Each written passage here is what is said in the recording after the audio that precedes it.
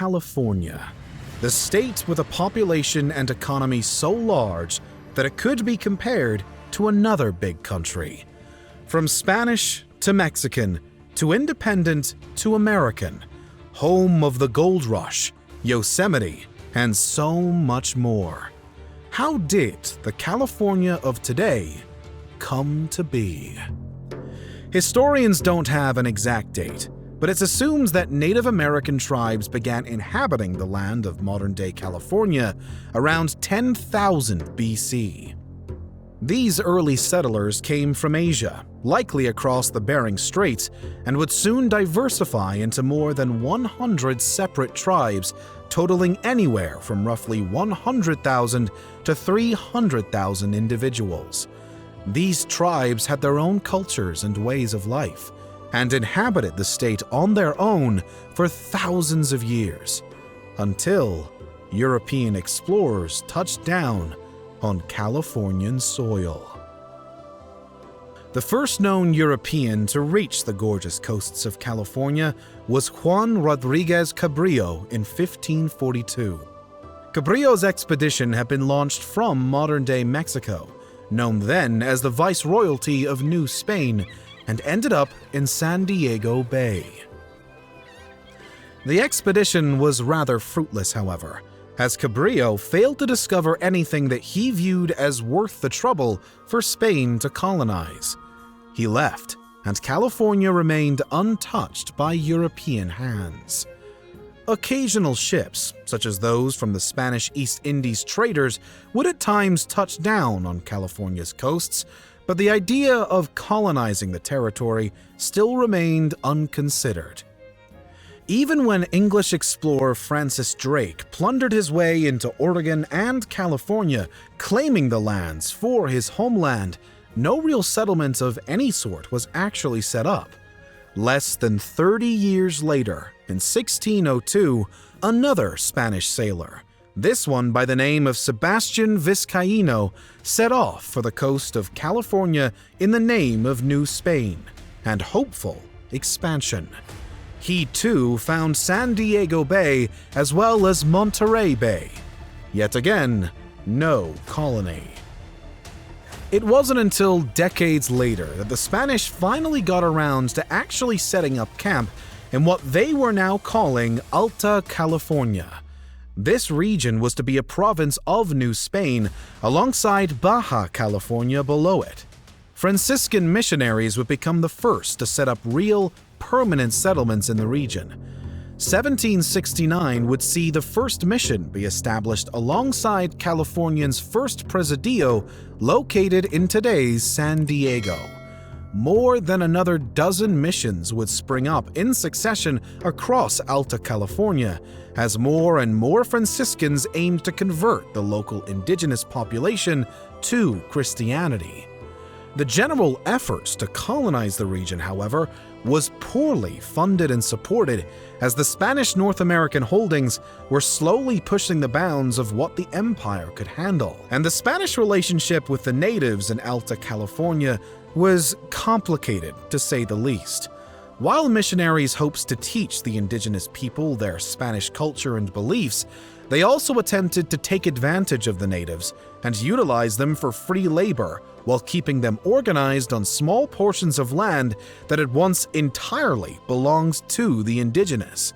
In response to this sudden encroachment and missionary conquest, the natives organized several revolts which made the already unapproachable land even less appealing to new colonists. Alta California was remote in contrast to other Spanish territories, and the lack of adequate funding left small numbers of friars and soldiers solely in charge of the settlement and missionary establishment. Nevertheless, the Spaniards were tenacious, and the following year saw the accidental discovery of San Francisco after the explorers failed to recognize Sebastian Vizcaino's description of Monterey Bay and thus sailed past it. Further expeditions did uncover more of Northern California as the missions continued to pop up, but life in Alta California failed to become easier. Shortages of crucial goods including food, disease, and frequent violence with the natives led many to close calls of abandoning the new province. Still, the colonists remained and were continuing to fill the maps with missions, presidios, and pueblos, many of which we know as cities today like Santa Barbara, Los Angeles, Monterrey, and Santa Cruz. It seems that Spain had at least secured itself a functioning new province until the Mexican War of Independence. The 1821 war saw Mexico break free from the Spanish, and Alta California tag along with the neighboring lands. It was now a Mexican territory, not Spanish, and the mission culture began to shift in the direction of a ranching culture. There was also an uptick in trade, thanks to the new policies of the Mexican government, and immigrants from the neighboring American colonies, along with European migrants, began filling in the gaps of California's population left behind by the declining number of indigenous. The consequence of the latter, however, was the slow collapse of the missions, which relied on their population of converted natives to stay afloat. What remained of the missions was soon secularized by the Mexican government in the 1830s, and the original Alta California settlers were having to share land with a growing number of American migrants, who would soon outnumber their predecessors to the region. The following decade thus saw these new American Californians stage an uprising against the unstable and preoccupied Mexican government. The summer of 1846 would mark this so-called Bear Flag Revolt. The revolutionaries raised the now famous flag of their newly declared California Republic as they demanded ultimate independence.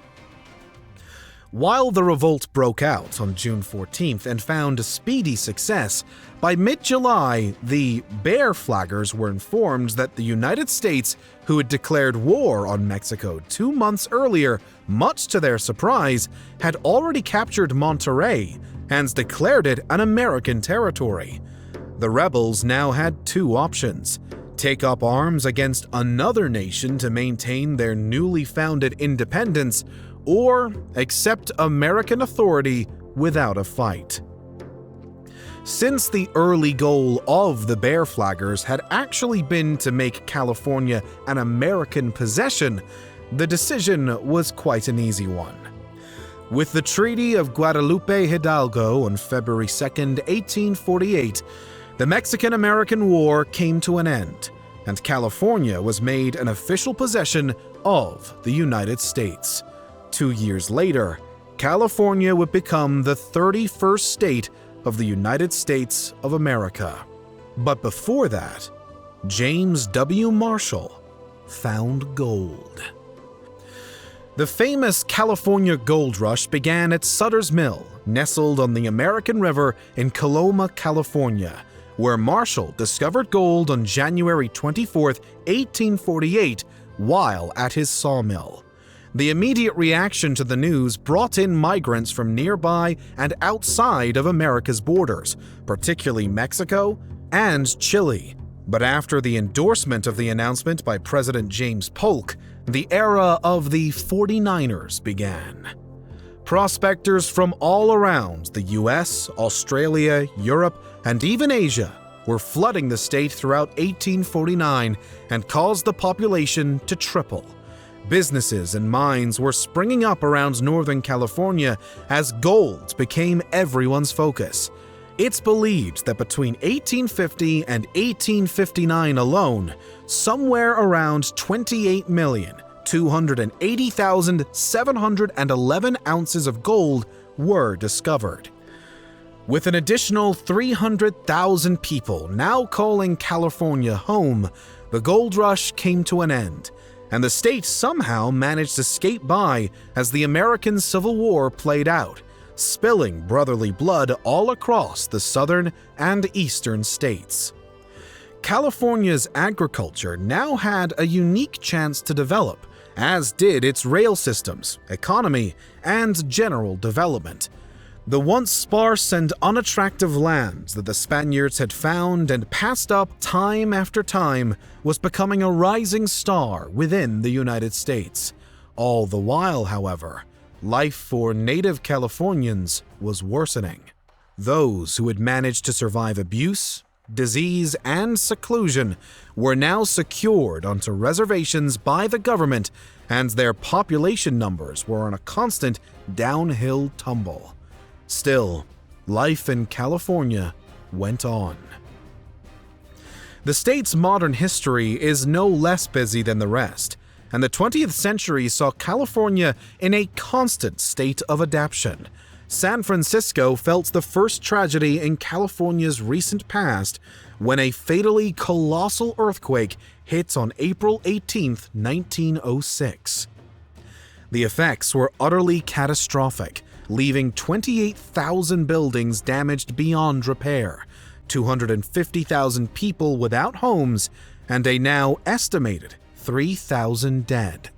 Though San Francisco would recover, the loss of life and property continues today to serve as a reminder of what the earth under California's soil can accomplish. When the Great Depression hit the United States, however, fear of another earthquake was too small an angst when compared to the comforts and opportunities California provided to those fleeing the Dust Bowl states of the Midwest. Even after World War II, many surviving soldiers saw the state as an ideal home. California's economy thus benefited even further, and prosperity returned to the short-lived republic. By the middle of the 1960s, California's population had already earned itself the title of the nation's largest, a fact that still rings true today. Other significant events in the state's modern history included multiple heavy earthquakes, social justice movements that spread to the rest of the nation, a 1969 Native American occupation of Alcatraz Island, and so much more. Today, California sits as one of America's most important states on multiple levels. Its geography, economy, culture, and history are vast and varied. What we remember of the state's past is often focused primarily on its role in the Wild West, as the home of the gold rush, in addition to the more modern designation as the home of cinema and fame. But California's time as a home to the indigenous, a Spanish colony, a Mexican province, an independent republic, and at long last a U.S. state are all equally distinguished and necessary periods of the land's past. It's California's bustling history that made it the extraordinary place that it is today. Home of the fastest road in the USA, the largest state capitol building in the nation, and a mass bigger than any country in Europe, Texas has a history almost as large as everything in it. The history of the great state of Texas technically begins at around 9,200 BC at least. Paleo-Indians were the early inhabitants of the territory, and by the first AD years, Texas boasted a considerable indigenous population already. By the time the North American continent began to be colonized, there were about 6 main native cultural groups in Texas alone. This meant that the fate of the early European colonists would depend vastly on how the locals responded to their presence. The first European explorer to map the Texas Gulf Coast was Alonso Alvarez de Pineda in 1519.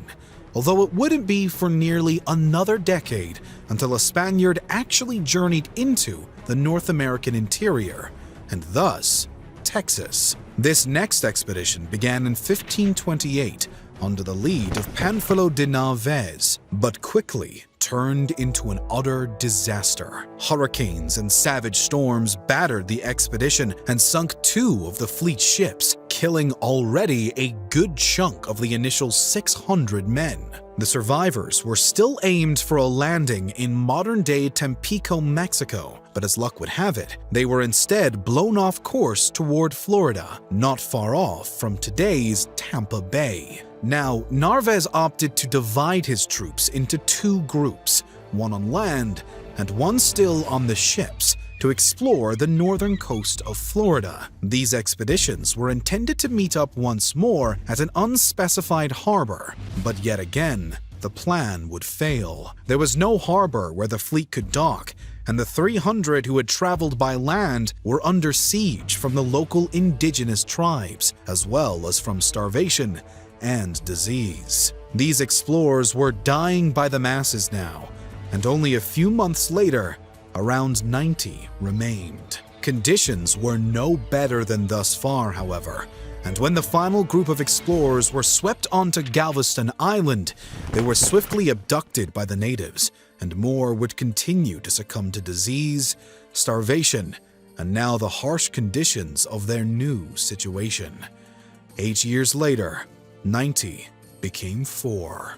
Alvar Núñez Cabeza de Vaca, Andrés Dorantes de Carranza and his slave Estevanico, and Alonso del Castillo Maldonado were the only remaining members of Narvaez's journey. The final survivors attempted on their own to explore what they could of the modern southwestern portion of the United States and the very top of Mexico, but they would soon join ranks with a group of slave catchers they found in Sinaloa in 1536. Finally, the expedition would reach Mexico City, and eventually the few survivors left returned to their Spanish homes. The French, however, were no less interested than Spain. While the Spaniards failed to follow up their early expeditions with the establishment of any real settlements, the French managed to do it without even intending to.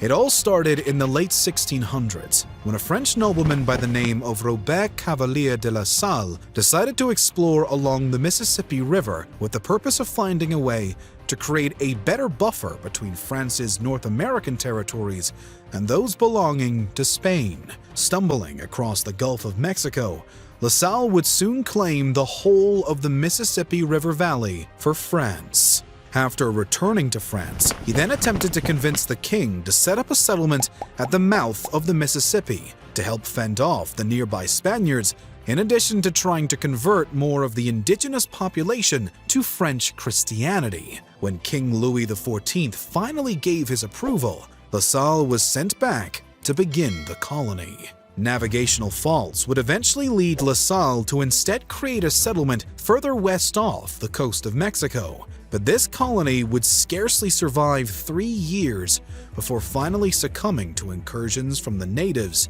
disease, and other difficulties. The Spanish would soon hear of the French colony nonetheless, and decided that they should remove this thorn which has been thrust into the heart of America. However, the Karankawa and disease had already done so for them. Realizing the collapse of France's settlement and the possibilities now to found a Spanish one, Alonso de Leon was sent off to first establish a mission in eastern Texas in 1690. This launched a period of on-off interest in Texas by Spain, as clashes with the natives seemed to continuously dissuade the Spaniards from doing much more. Real efforts appeared to only come in the early 18th century, after a Franciscan missionary attempted to seek support from the French for establishing new missions in Texas. Spain would almost immediately move to reoccupy the territory and keep the French out, which they did fairly well. At least, they were better at defending themselves from the French than from the local indigenous. Though still at odds with various local tribes, in 1762, Spain was finally able to convince the French to relinquish all claims to the Texas territory at the end of the 7 Years' War. The Mexican War of Independence would secure much of Spain's former North American colonies as the new state of Mexico in 1821. Texas would be part of this infant country, and the Mexican government quickly blasted open the door for immigration as they hoped to bring in more settlers to counteract the effects of the angry natives. But with the growing population also came growing unrest. And by 1836, a new Texas government was formed, and a declaration of independence from Mexico followed.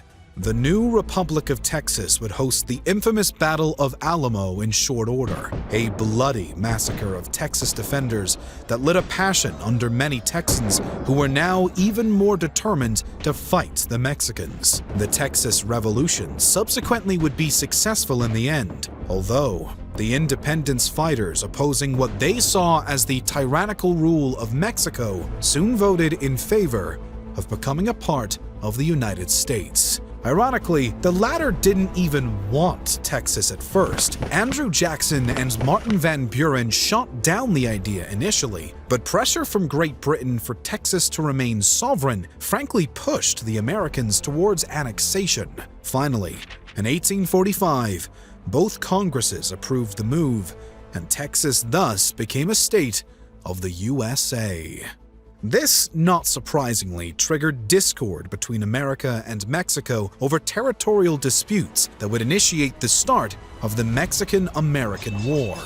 Though, in the end, Mexico would technically receive money in exchange for the full American ownership of Texas as well as other ceded territories, there wasn't much of an option left by the time the war was over. Originally, Texas had actually laid claim to these additional ceded territories, which are now part of modern-day Colorado, Wyoming, Kansas, Oklahoma, and New Mexico. But Texas would eventually relinquish these claims to the federal government with a compromise of 1850, and barely over a decade later, in a drastic turn of events, Texas chose to leave the United States entirely.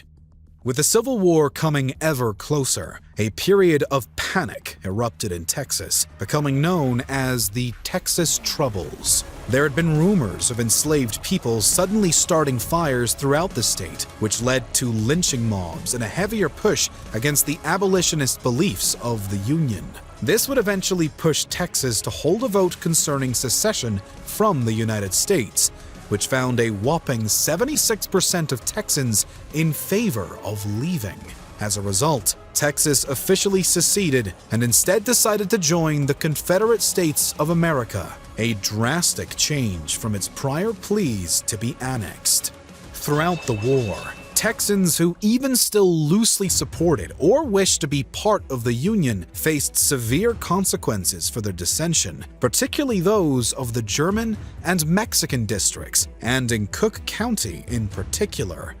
In the latter, over 100 Union supporters were arrested, while over 60 of those were executed. Civil War Texas was plagued with such massacres of Unionists, and even after the Emancipation Proclamation and Juneteenth marks the end of hostilities in one form, it also triggered a new wave of violence and outrage from Confederate veterans. Nevertheless, Texas would officially rejoin the United States of America on March 30th, 1870.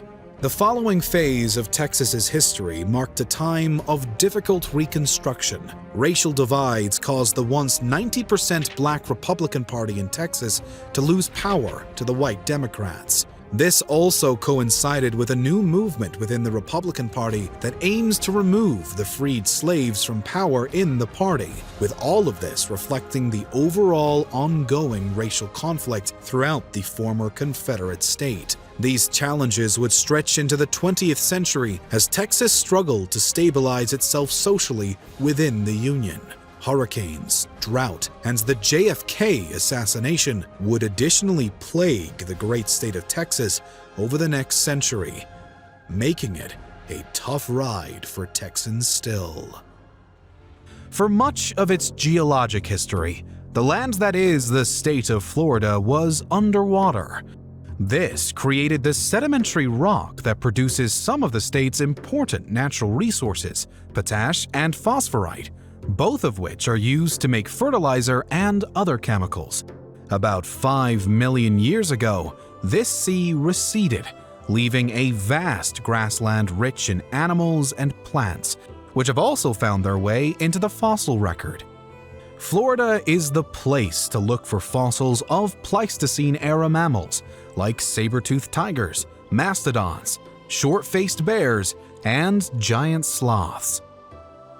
The first human inhabitants of this southeastern peninsula of North America were descendants of the people who crossed the Bering Land Bridge between 20,000 and 15,000 years ago.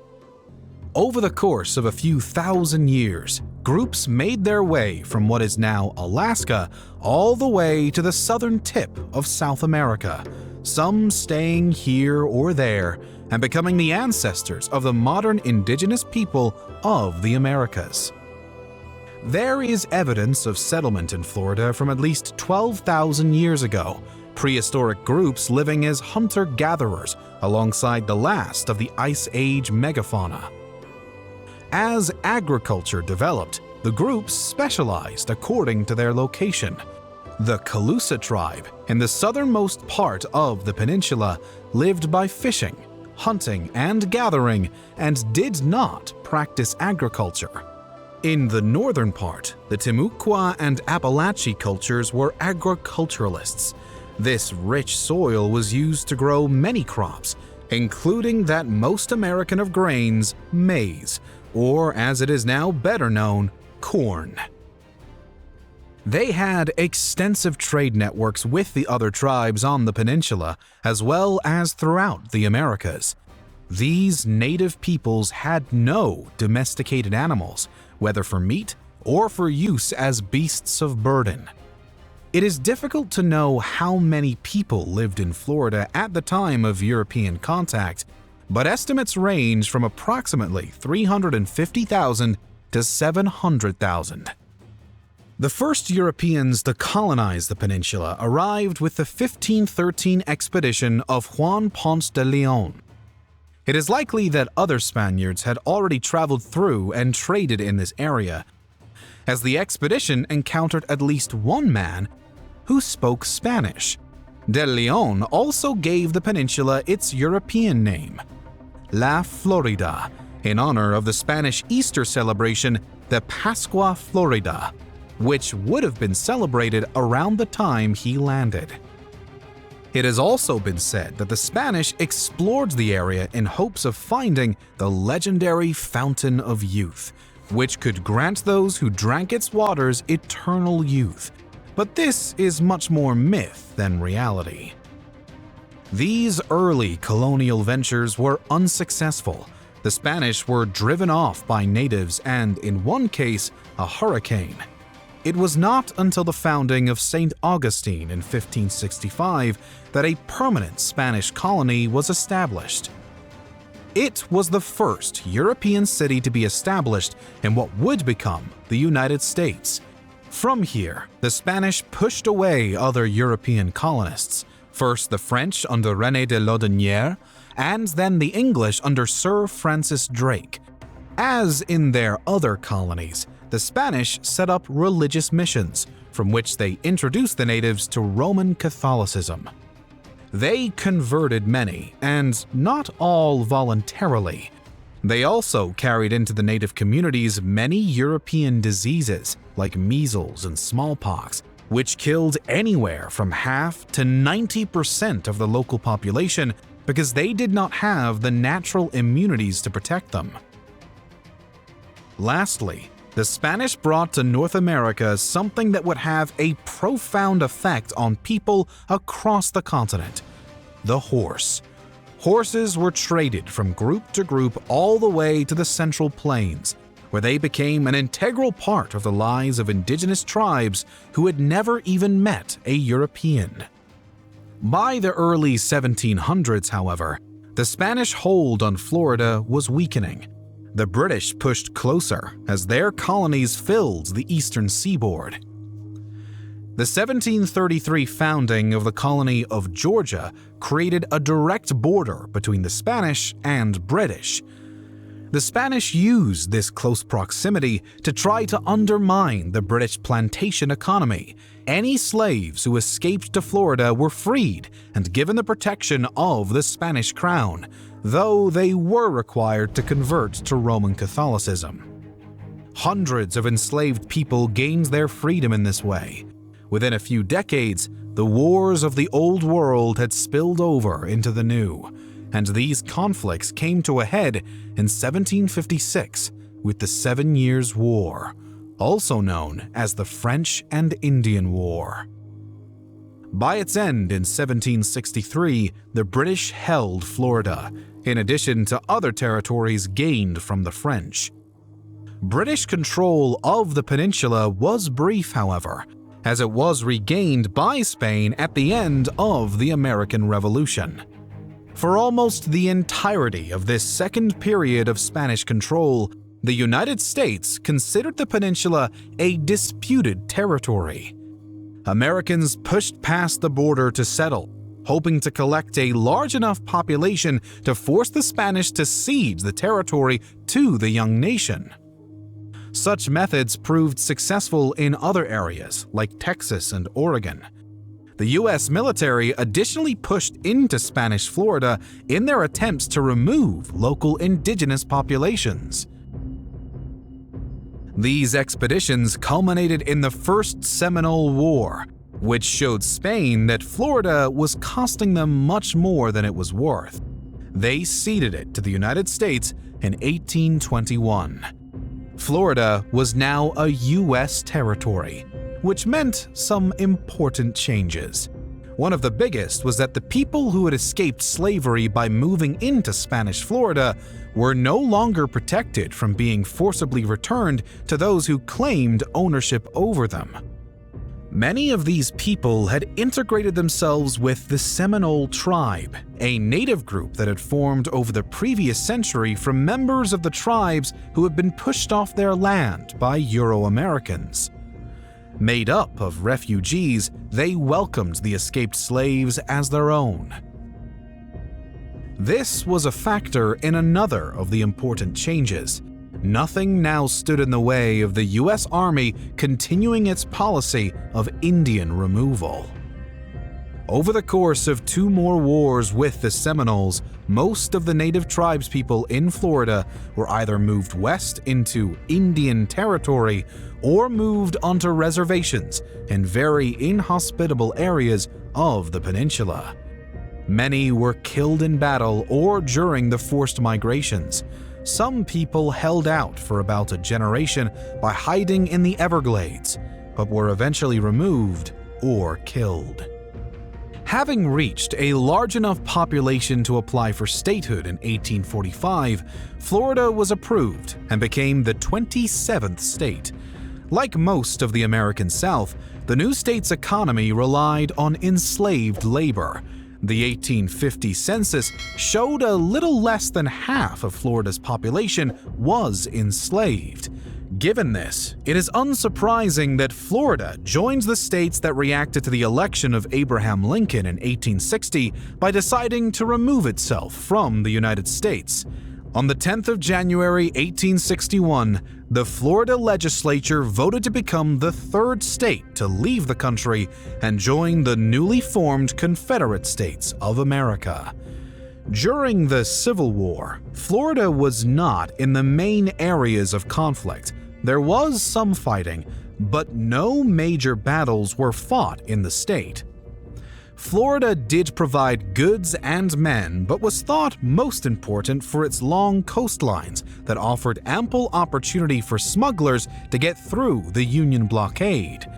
After the war had ended, the former Confederate states entered into a status known as Reconstruction, in which they would repudiate their former slave society and reform their governments toward the equality promised by the United States Constitution. Until they had done so, they remained under military rule. But as states reached the goals set by Congress, they were readmitted to the Union. Florida's period of Reconstruction ended in 1876. Throughout the South, the end of Reconstruction saw a shift in governance which took away many of the rights that had been so difficult to obtain as the Jim Crow era began. In the last decades of the 19th and first of the 20th centuries, Florida saw a boom in agriculture, helped by the thousands of miles of railroad tracks that could transport perishables and fresh produce like oranges and grapefruits quickly across the country before they could spoil.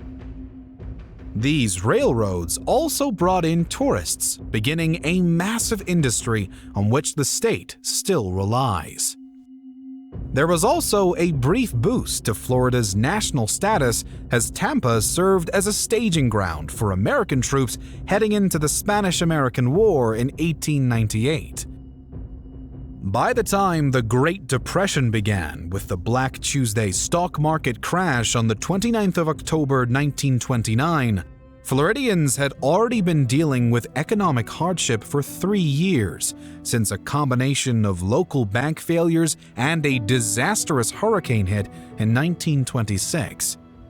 Like the rest of the country, the state was helped by the New Deal programs of the Franklin Roosevelt administration and the preparations of American involvement in World War II. Because of its warm and consistent climate, Florida was host to training camps for new soldiers during the war, and getting those people to and from prompted building and expanding roads and rail travel and adding airports too. At this point, Florida was the least populous state in the South, due in part to the large numbers of African Americans who had left in the 1930s and 40s seeking work and life in the northern states not ruled by Jim Crow laws found throughout the South. But the equality movements of the post-war era had a great effect on Florida and the rest of the country. The state had already made some effort, like the poll tax, which had kept most African Americans and many poor white people from voting, which was repealed in 1937. There was also a slow pullback of racial laws over these decades until they were federally outlawed by the Civil Rights Act of 1964. After the war, Florida became important in Cold War politics. Its location so close to Cuba made it a haven for people who left the island with the overthrow of Fulgencio Batista by Fidel Castro, and also gave it a central import during the Cuban Missile Crisis. It was furthermore a key player in the space race, which brought new industries and so many more people into the state. NASA's Kennedy Space Center was the launching point for the Mercury, Gemini, and Apollo programs.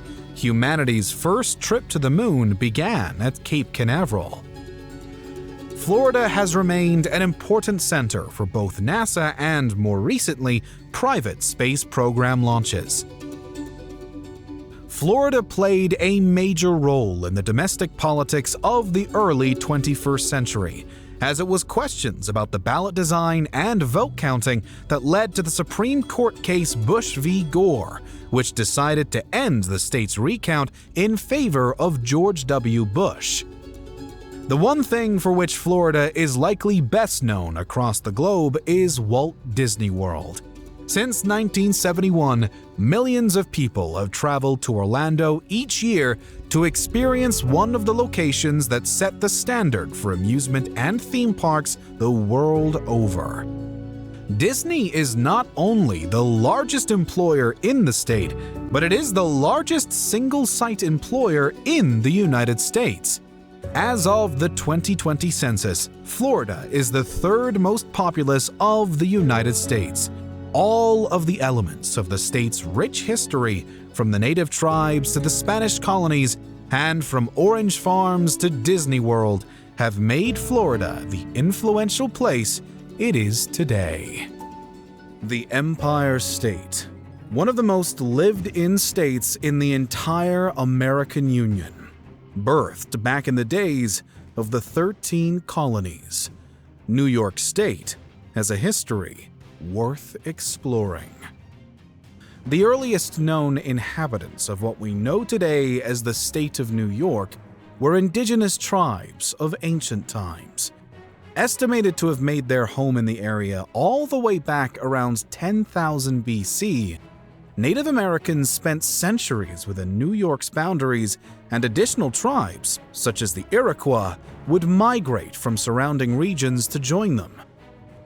By the time of European exploration on America's east coast, a handful of indigenous tribes called New York their home, and could be divided into two categories: the Iroquoian-speaking tribes and the Algonquin-speaking tribes.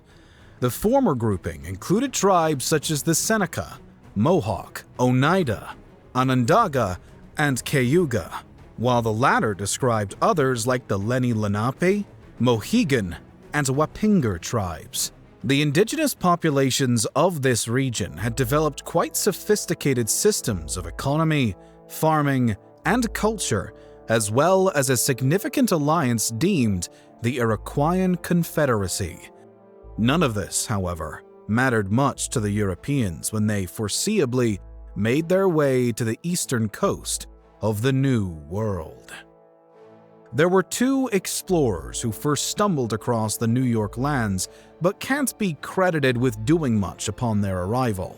In 1524, a French-employed Italian explorer by the name of Giovanni da Verrazzano was sailing along the Atlantic when he found himself in what we know today as the New York Harbor, and eventually modern-day Manhattan.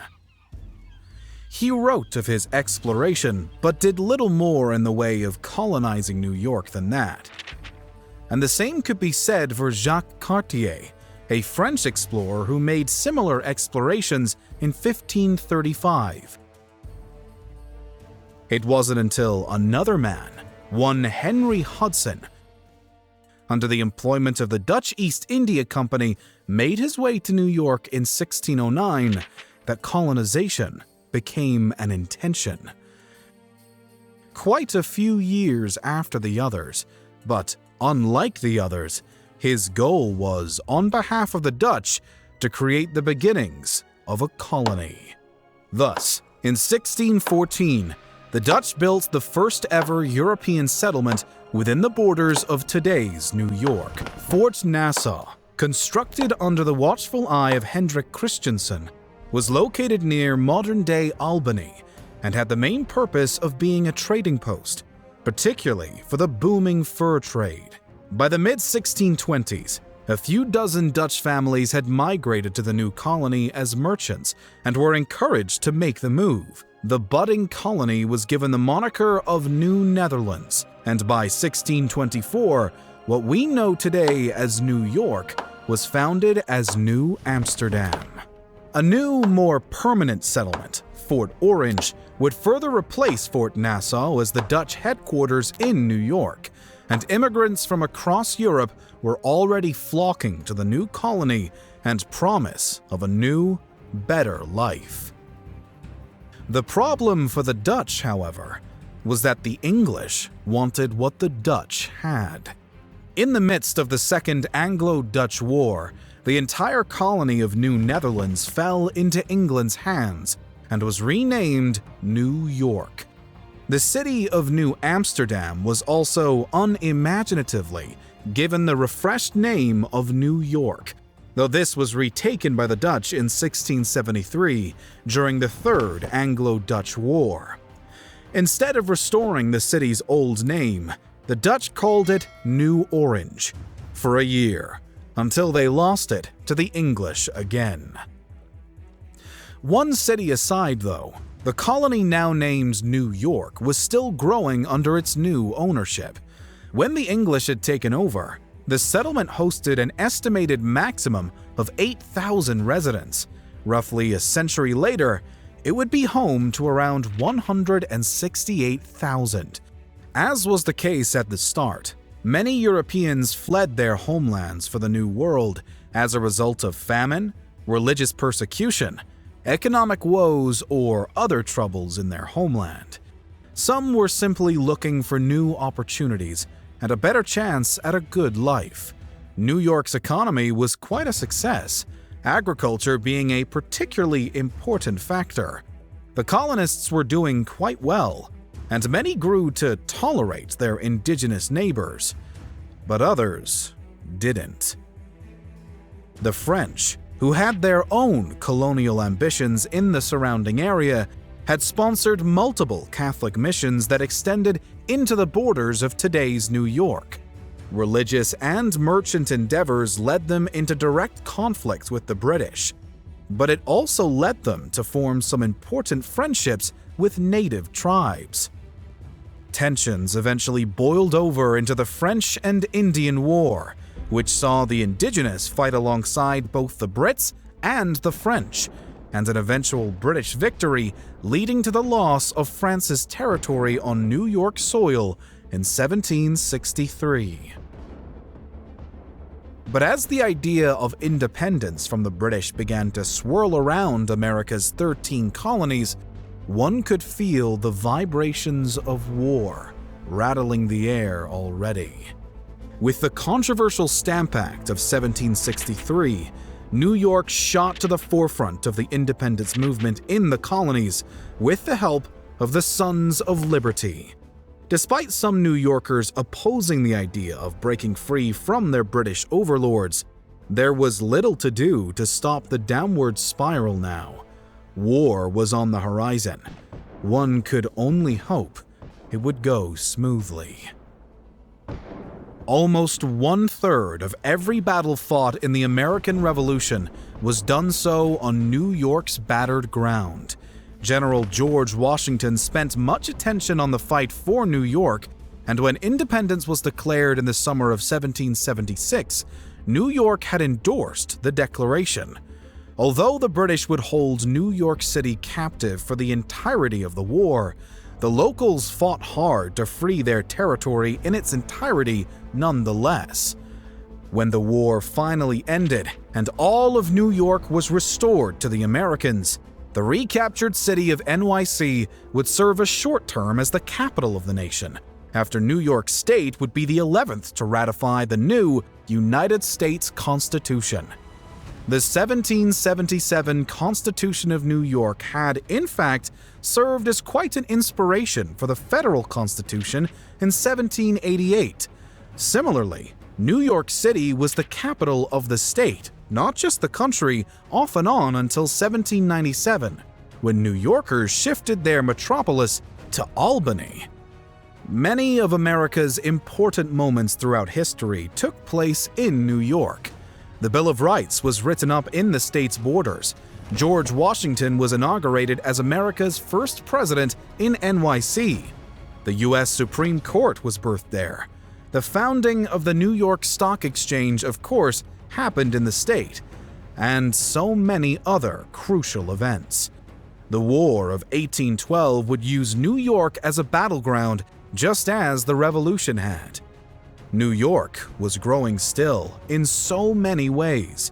As time went on, the state was relying less and less on agriculture for success. New transportation creations involving steamboats and trains made New York a convenient place for travel, and the opening of the Erie Canal added another boost of attraction. Natives at this time were now secluded to a dozen reservations, whilst others had been sent into exile or died for their decision to support the British in the Revolutionary War. Alongside these reservations sat a growing list of towns, businesses, schools, farms, churches, theaters, athletics, and a building mood of abolitionism.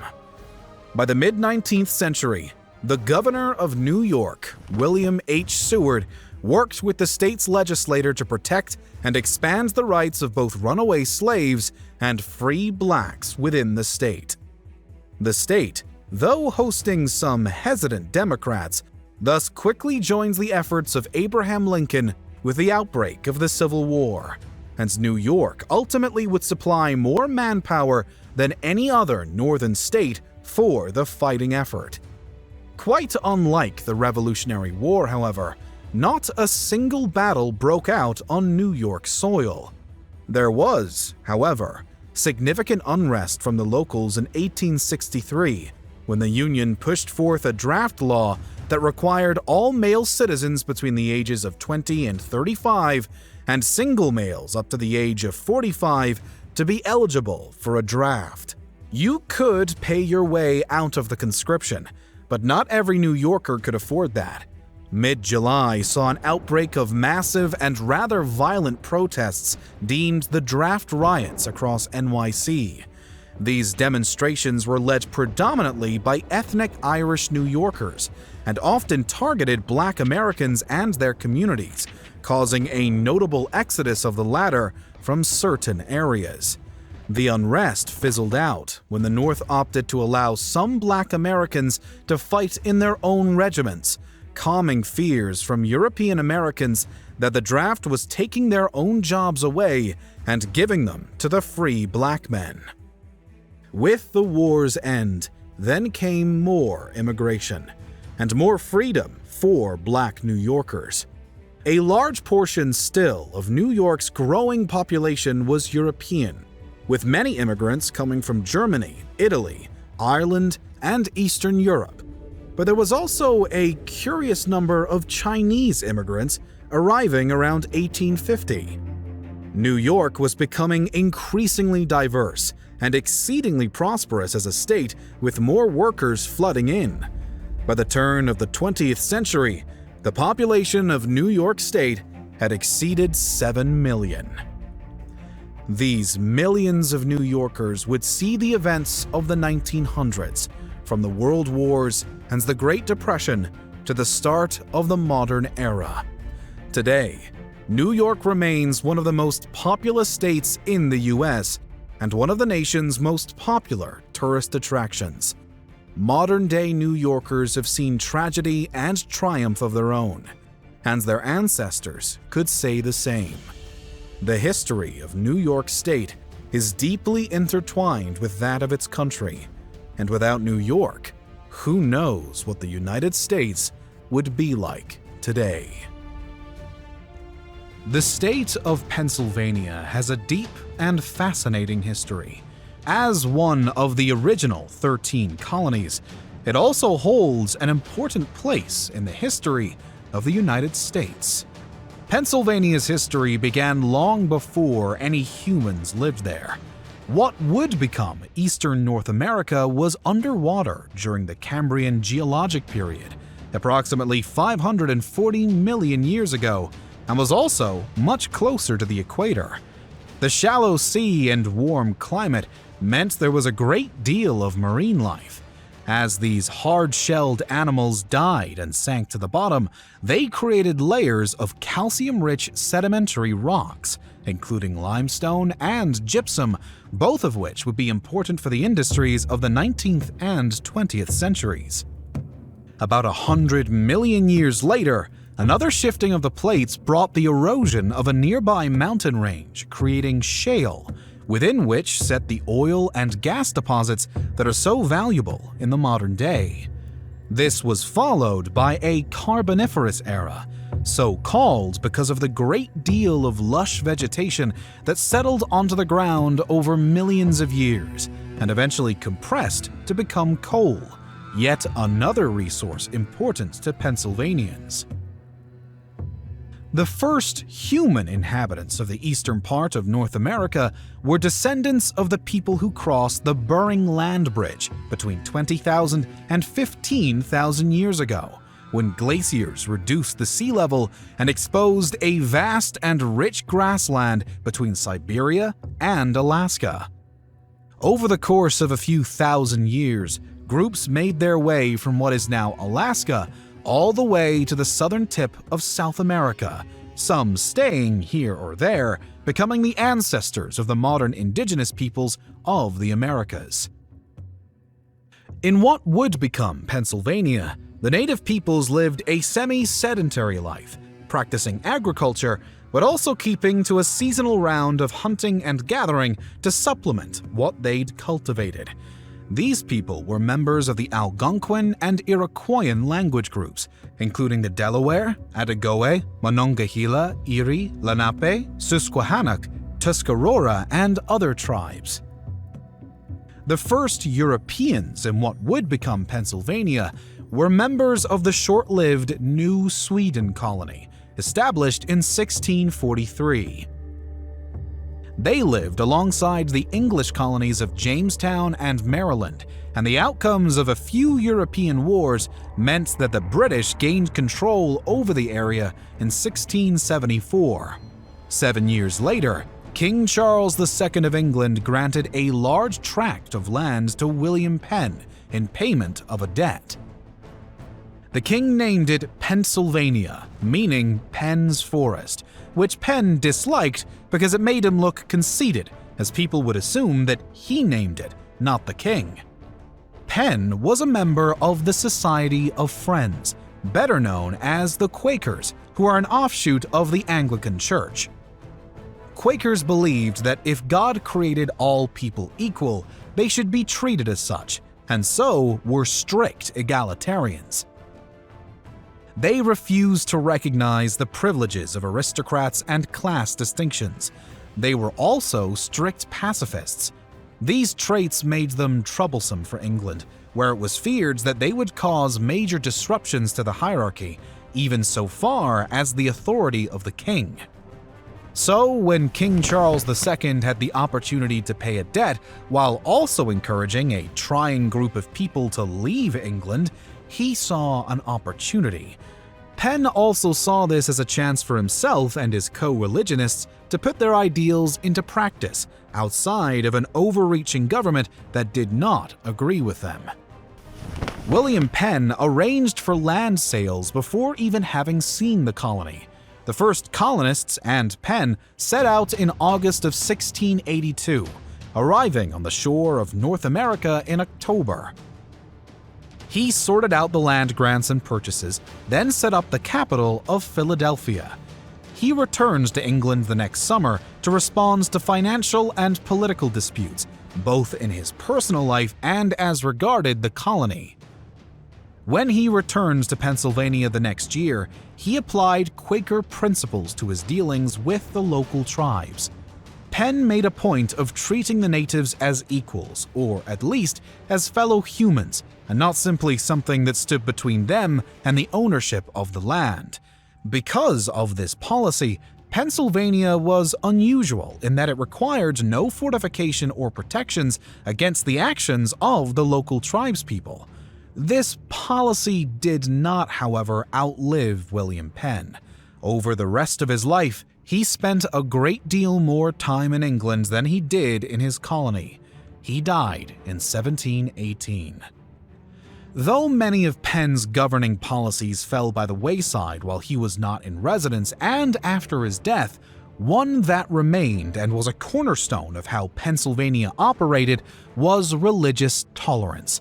Members of every Christian sect and denomination were welcome in Pennsylvania, and so it became a haven for those who, like Quakers, were annoying to their governments. Huguenots, Calvinists, Mennonites, and even Catholics found refuge and the freedom to practice their faith in the colony.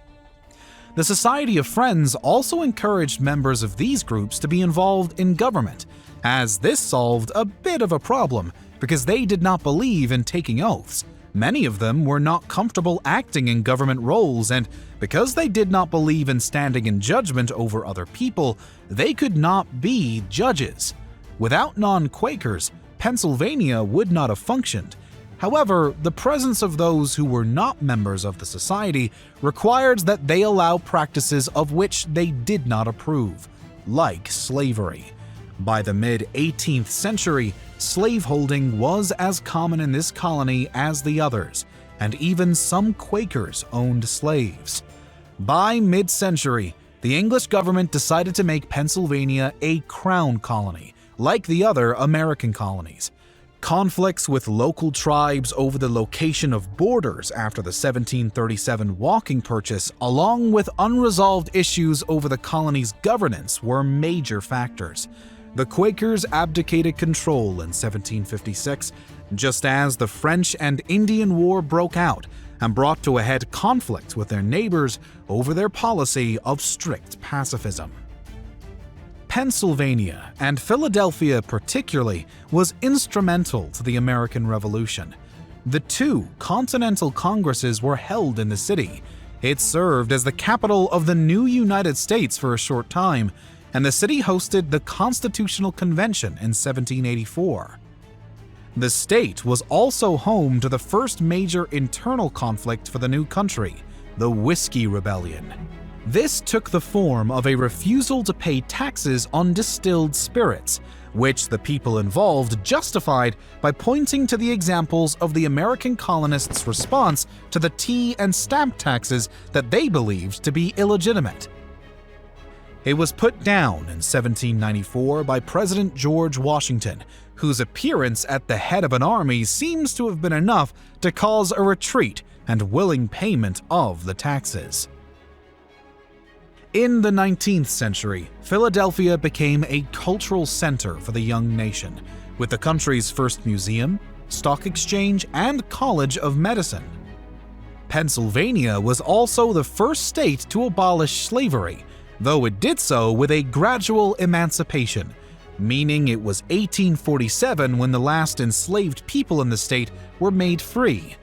Given that it was a free state and shared a border with Virginia, Pennsylvania had an incredibly important role in the American Civil War. A few major battles were fought in the state, of which Gettysburg is the best known. The location of this battle is the furthest point north reached by the Confederate Army. They did not try to push further into Union territory after that. The Union victory after 3 days of intense fighting at Gettysburg was a turning point of the war, after which the Confederate surrender seemed inevitable. The state was also an important element in the creation of wealth during the Gilded Age of the late 19th century. The magnates of the era, Jay Gould, John Rockefeller, Andrew Carnegie, and others, all used the natural resources of Pennsylvania to fuel their companies. The way these businesses functioned spurred workers' rights and unionization efforts amongst their employees. But their employers were not shy about using any methods, even violent ones, for union busting. Pennsylvania's industry was incredibly important to World War I, as it would be for World War II. At the end of the Great War, like so much of the world, the state was hit with an outbreak of the 1919 influenza, also known as the Spanish flu. A war bond parade in Philadelphia became an example of what not to do during a pandemic. The crowd of 200,000 people not only collected money for the war effort, but also collected germs. Thousands of people fell ill within a few days, and a good number of them died. The Great Depression, beginning with the stock market crash on the 29th of October 1929, was a worldwide financial disaster, and Pennsylvania was not shielded from it. In fact, the state Supreme Court made the situation worse, as they ruled that elements of the New Deal violated the state constitution, and so reduced the amount of federal aid available to the state by the New Deal programs. Like the rest of the country, however, the massive federal spending programs associated with World War II pulled the state back from the brink. With its iron resources, steel mills, and other assets, Pennsylvania produced about 6% of the armaments made for use by the United States during the war. Another product made in Pennsylvania was also incredibly important to both the war effort and the post-war rebuilding work: the Hershey bar. The continued importance of manufacturing through the post-war era created a strong blue-collar middle class for about a generation. However, by the early 1980s, a massive reduction in steel manufacturing and a slower reduction in coal mining left previously thriving communities destitute. In the last decades of the 20th century, the state shifted to more service industry employment in the technology sectors. It has also become an important swing state for U.S. presidential elections. From its geologic prehistory to the lives of the native tribes, to its involvement in the creation of the United States as we know it, Pennsylvania has a rich and fascinating history that will undoubtedly influence it toward a bright future.